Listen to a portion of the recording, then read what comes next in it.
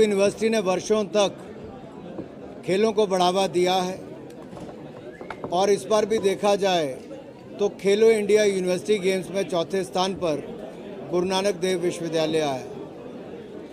यही नहीं, 40 मेडल भी जीते, जिसमें से 14 से ज़्यादा गोल्ड मेडल थे। कई ओलंपियंस को और अंतर्राष्ट्रीय खिलाड़ियों को गुरु नानक देव यूनिवर्सिटी ने पैदा किया है, उनको ट्रेनिंग दी है। 34 से ज़्यादा अर्जुन अवार्डी हों, 2 द्रोणाचार्य अवार्डी हों, पद्मश्री हो, ये सब गुरु नानक देव यूनिवर्सिटी से ही निकले हुए विद्यार्थी और खिलाड़ी हैं। मैं भी वर्षों तक द्वाबा कॉलेज जालंधर, जो गुरु नानक देव यूनिवर्सिटी का एक हिस्सा है, एफिलेटेड है, उसके माध्यम से पंजाब के लिए खेलता रहा, गुरु नानक देव यूनिवर्सिटी के लिए खेलता रहा। और उस समय भी हम राष्ट्रीय चैंपियन थे, चाहे अंडर 16 हो, अंडर 19 हो, अंडर 19 नॉर्थ जोन हो, या फिर यूनिवर्सिटी हो, या फिर रणजी ट्रॉफी हो, सभी में हम लोग चैंपियन रहे। वापस बहुत अच्छा लग रहा है खिलाड़ियों के बीच में आकर। खिलाड़ियों के जो नई सुविधाएं भारत सरकार ने लड़कियों के लिए स्पोर्ट्स हॉस्टल 200 बेड का और लड़कों के लिए 200 बेड का स्पोर्ट्स हॉस्टल दिया है, लगभग 20 करोड़ रुपए की लागत आई है। साइकिलिंग वेलोड्रम को सुधारने का काम किया है, उसको रेनोवेट किया है। स्पोर्ट्स साइंस और मेडिसिन का एक बहुत अच्छा centre ministry of youth affairs और गुरु नानक देव यूनिवर्सिटी के माध्यम से यहीं पर चलता है, जो वाइस चांसलर साहब ने इसको पर्सनली देखकर बहुत आगे बढ़ाने का काम किया है। मैं उनका आभार भी प्रकट करता हूं और आशा करता हूं कि देश के अन्य राज्यों में भी इस तरह के स्पोर्ट्स साइंस सेंटर की स्थापना होगी, जिससे खिलाड़ियों को लाभ मिल पाएगा। पंजाब मुख्यमंत्री को लेकर एक सवाल बना हुआ है, कहा जा रहा है कि शराब भी रखी थी उन्होंने, सेंटर के पास तो तमाम एजेंसियां भी हैं, वहाँ पर एम्बेसी भी है। सच्चाई क्या है, ये लोगों के सामने आनी चाहिए। क्या सच में जो कहा जा रहा है, जो विपक्ष आरोप लगा रहा है कि वो सच में सही है, या ये आरोप बेबुनियाद है? देखिए, सोशल मीडिया से लेकर समाचार पत्रों तक ये जो किसी बड़े नेता की शराब पीकर विदेश में खबर चली, ये अपने आप में देश के लिए अगर ऐसा हुआ है तो बहुत चिंताजनक है। और इसकी सच्चाई तो वो मुख्यमंत्री, उनके अधिकारी ही बता सकते हैं। अगर ऐसा हुआ है कि किसी मुख्यमंत्री और अधिकारियों को ऑफलोड किया गया और किस कारणों से किया गया, तो ये तो मुख्यमंत्री और अधिकारी ही बता पाएंगे। इस पे मैं कोई टिप्पणी नहीं करना चाहूँगा। लेकिन कहीं और जहाँ एक राज्य में उनकी सरकार वहाँ शराब घोटाले में घिरी है, तो दूसरी ओर ऐसे प्रकरण की बातें सामने आना सोशल मीडिया से मीडिया में अपने आप में बहुत सारे प्रश्न चिन्ह खड़े करता है कि जहाँ के स्वास्थ्य मंत्री जेलों में हों और शराब के घोटाले हो रहे हों और ऊपर से इस तरह के चर्चाएं, आरोप, ऐसी प्रतिक्रियाएं सोशल मीडिया में हो, तो कहीं ना कहीं वो अपने आप में बहुत सारे सवाल खड़ा करता है कि आखिरकार ये धुआं उठा तो क्यों उठा। आम आदमी पार्टी ने एक बहुत बड़ा आरोप लगाया है, बीजेपी पर बड़ा आरोप लगाया है कि पंजाब में सरकार गिराने की साजिश रच रही है बीजेपी। देखिए, जो लोग सत्ता में आने के 3 महीने के बाद ही अपनी लोकसभा की सीट हार जाएं, उन्हें भाजपा को गिराने की जरूरत नहीं, उस जनता की नज़रों में पहले गिर चुकी है और अपना विश्वास भी खो चुकी है।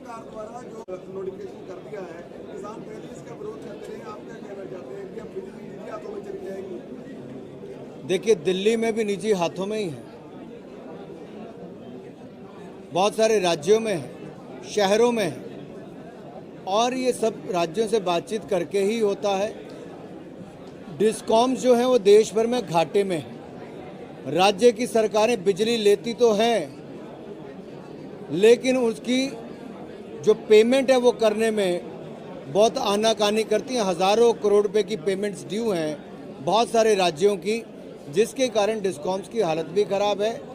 और ये जो बिजली उत्पादन करने वाली कंपनियां हैं, आखिरकार वो बिजली उत्पादन करके राज्यों को, वहाँ के सिस्टम को देती तो है, वापस पैसा नहीं मिलता है।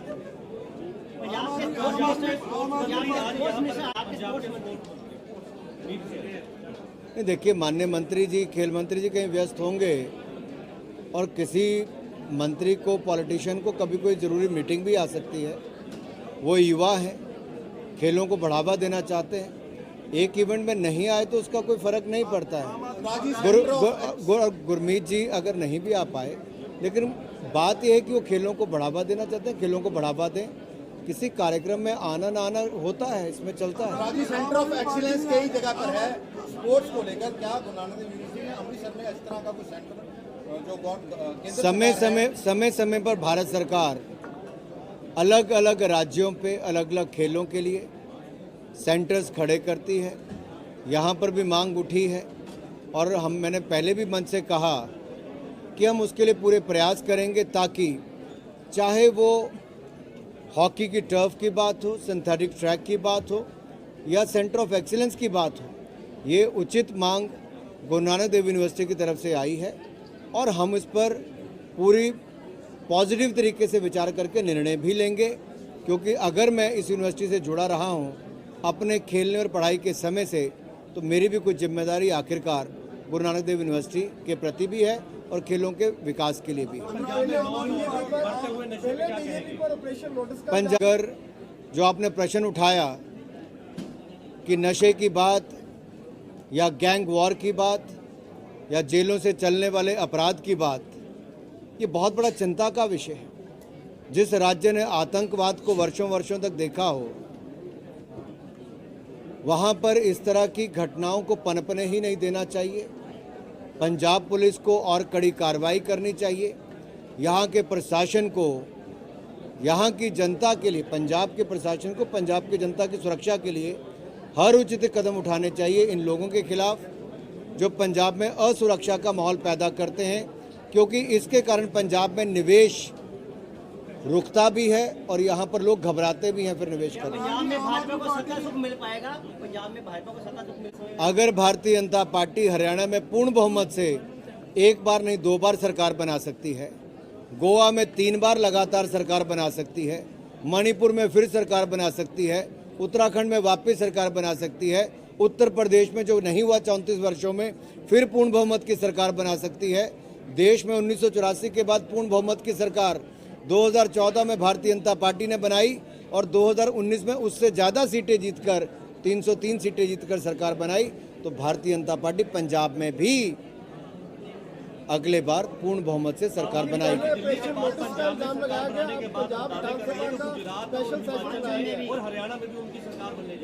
आम आदमी पार्टी का तो जो संगठन था वही सारा चले गया।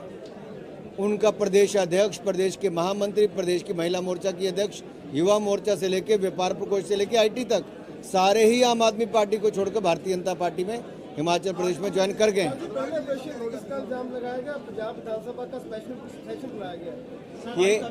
ये वो लोग हैं जो दिल्ली और पंजाब में पूर्ण बहुमत से हैं। केवल जनता को दिखावा करने के लिए, असली मुद्दे से हटने के लिए शराब घोटाला जिसके किंग पिन अरविंद केजरीवाल हैं, मुख्य आरोपी मनीष सिसोदिया हैं, ये अपने भ्रष्टाचार के मामलों से जनता का ध्यान हटाने के लिए, शराब घोटाले से जनता से बचने के लिए ये इस तरह का प्रोपेगेंडा करेंगे दिल्ली से पंजाब तक। लेकिन मैं इतना ही कहूँगा, कार्रवाई कानून के तहत होगी और जांच एजेंसियाँ अपना काम कर रही हैं। अगर शराब नीति इतनी पाक साफ होती तो उनको वापस ना करनी पड़ती।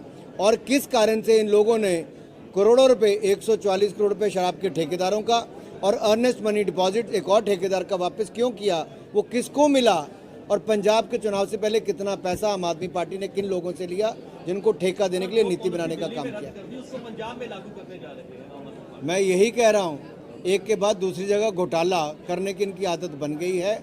शराब नीति के कारण शराब घोटाला पंजाब में, दिल्ली में हुआ और उसके तार पंजाब से जुड़े हुए। कट्टर ईमानदार सरकार खुद को बोलते हैं, अरविंद केजरीवाल अपने नेताओं को भी हम कट्टर ईमानदार हैं। जिसके साथ आरोप लगाते हैं सर सेंट्रल गवर्नमेंट के ऊपर, कहते हैं मित्रों का 10 लाख करोड़ रुपया इनकी ओर से एनपीए माफ कर दिया गया। मुझे लगता है जिस व्यक्ति ने कसम ही झूठ खाने की ले रखी हो, जो बेटी की कसम खाता हो कि राजनीति में नहीं आना, राजनीति में आया, जिसने कसम खाई हो बड़ा बंगला नहीं लूंगा, बड़ा सबसे बड़ा बंगला लिया, जिसने कसम खाई हो सिक्योरिटी नहीं लूंगा, 1 नहीं 2 राज्यों की सिक्योरिटी ली और पंजाब के मुख्यमंत्री से ज़्यादा सिक्योरिटी दिल्ली के मुख्यमंत्री ने ले ली, वो एक के बाद झूठ बोलते हैं।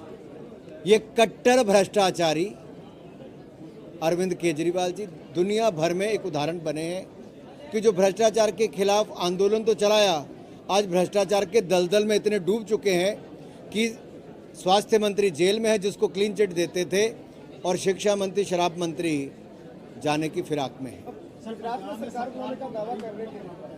पंजाब सरकार पहली बार हुआ कि जितने सरकारी मुलाजिम थे उनकी सैलरी जो है वो 10 दिन लेट देनी पड़ेगी, और उसके बाद केंद्र सरकार 690 करोड़ देगी तो फिर जाके सैलरी होगी। तो ऐसे में जो वादे थे वो कैसे पूरे होंगे, क्योंकि अगर केंद्र ही पैसा देगा तो ये सैलरी देंगे। देखिए हालत पंजाब की क्या कर दी है, ये 4 महीनों में देखने को मिल रहा है। सैलरी देने के लिए पैसे नहीं, दुनिया भर में इनके ढिंढोरे बजने शुरू हो गए, उपचुनाव ये हार गए मुख्यमंत्री जी की सीट पर, निवेश आने बंद हो गए, और खनन माफिया जिसकी ये बात करते थे, आज हाई कोर्ट तक ने लताड़ लगाई पंजाब सरकार को और खनन माफिया को कि ये देश की सुरक्षा के साथ भी खिलवाड़ आम आदमी पार्टी की सरकार और इनके खनन माफिया के लोग पंजाब में कर रहे हैं, जहां से टैंक तक नहीं जा सकते। आप कल्पना कीजिए पंजाब को किस दिशा में आम आदमी पार्टी की सरकार लेकर जा रही है, जहां माफिया माफिया माफिया, भ्रष्टाचार भ्रष्टाचार भ्रष्टाचार, ये इसी की तूती बोल रही है। धन्यवाद।